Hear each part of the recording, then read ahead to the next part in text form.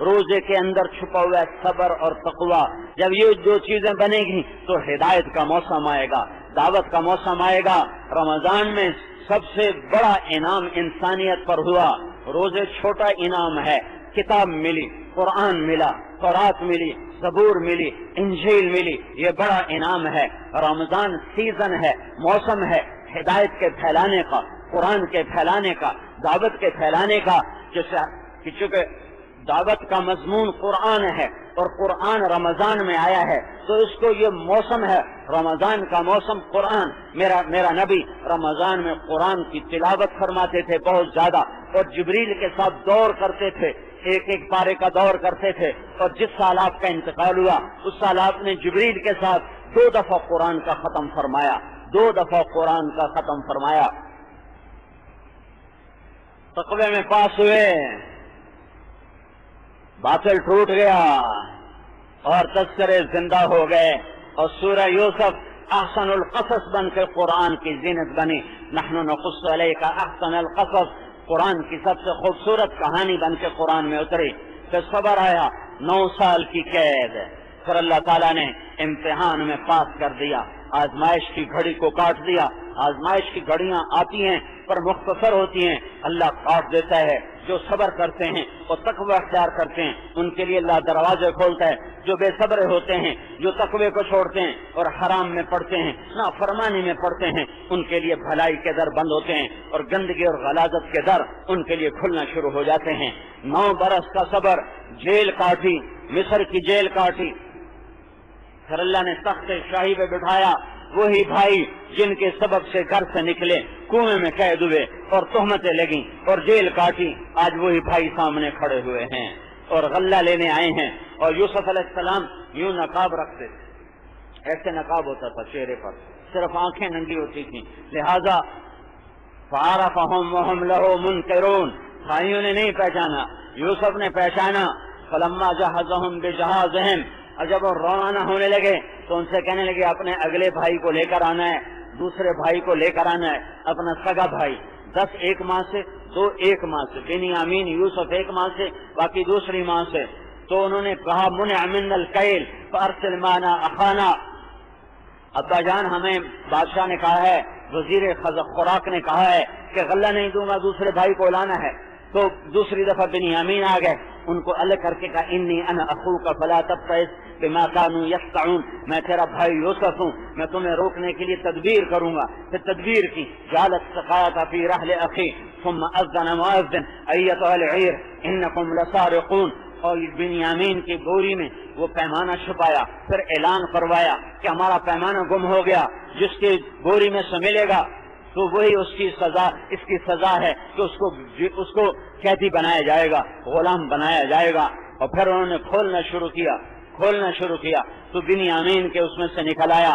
تو انہوں نے کہنے لگے خذ احدنا مکانہ انا نراک من المحسنین. قال معاذ اللہ ان ناخذ الا من وجدنا متاعنا عنده.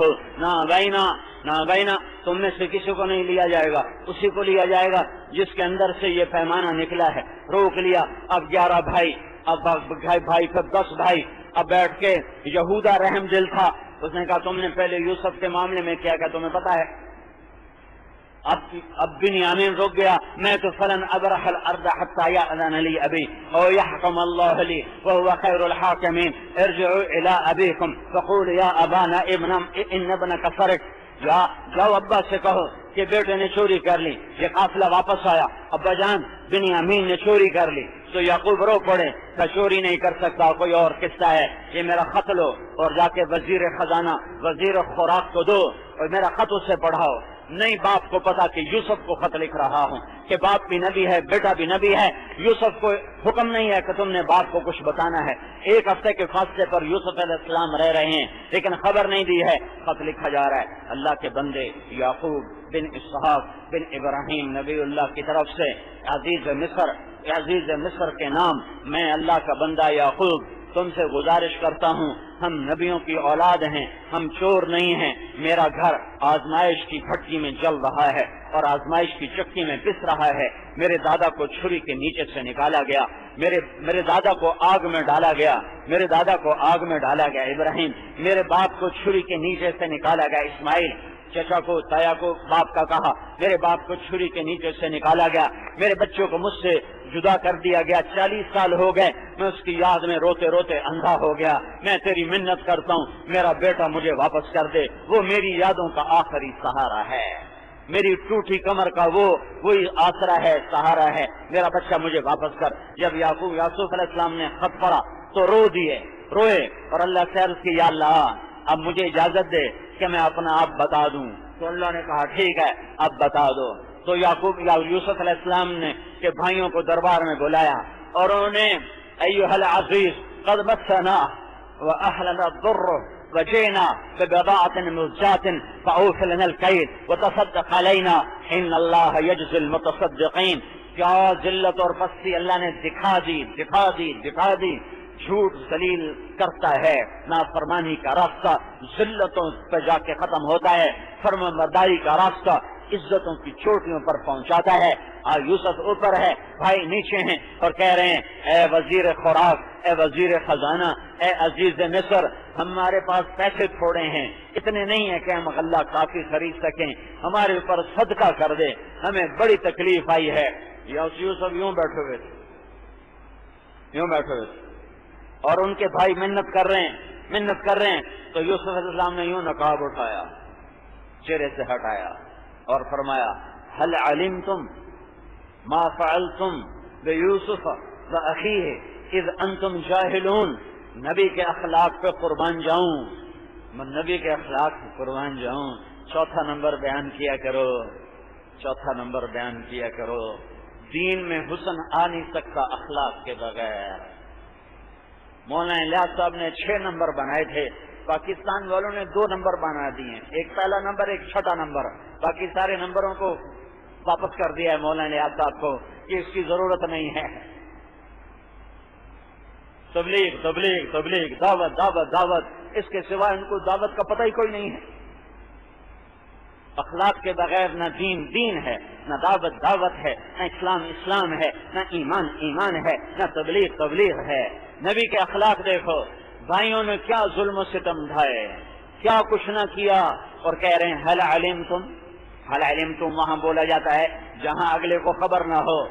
یوں کہہ رہے ہیں، ساری آیت کا خلاصہ یوں کہہ رہے ہیں کہ بھائیو تمہیں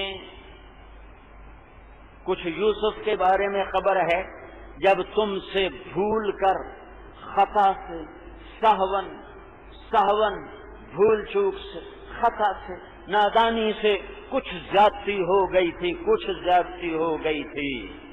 40 سال کی جدائیاں گھر سے، 9 برس کی قید اور کیا کیا تہمتیں برداشت کرنے کے بعد جنہوں نے یہ سب کچھ کیا، ان کو کہہ رہے ہیں نادانی میں ہو گیا تم سے، بھول کر ہو گیا تم سے۔ هل علمتم اور اذ انتم جاہلون، ان 2 لفظوں پہ یوسف کے اخلاق نظر آتے ہیں کہ عرش بھی نیچے آ جاتا ہے، جہاں یوسف علیہ السلام اخلاق کی چوٹیوں پر بیٹھے ہیں وہاں عرش بھی نیچے نظر آ رہا ہے کہ ظالم ترین بھائیوں کو، اپنوں کی تو چون بھی آدمی کو کھا جاتی، اپنوں کی زندگی پر بولنا چھوڑ دیتے ہیں کہ اس میں اوئے آخیا، خالی اوئے پر اپنے بھائی سے بات چھوڑ دیتے ہیں۔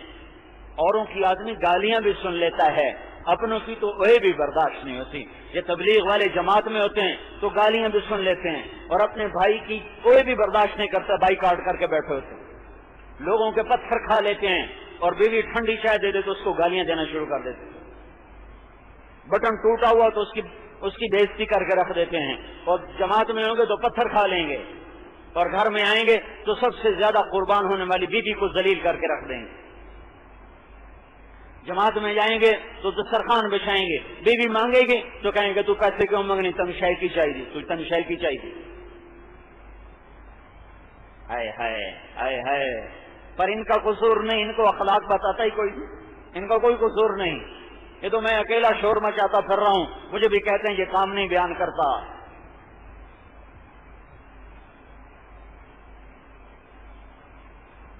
اخلاق کے بغیر دین ہے؟ اسلام ہے، تبلیغ ہے، دعوت ہے، ایمان ہے؟ کچھ بھی نہیں، خوف ہے۔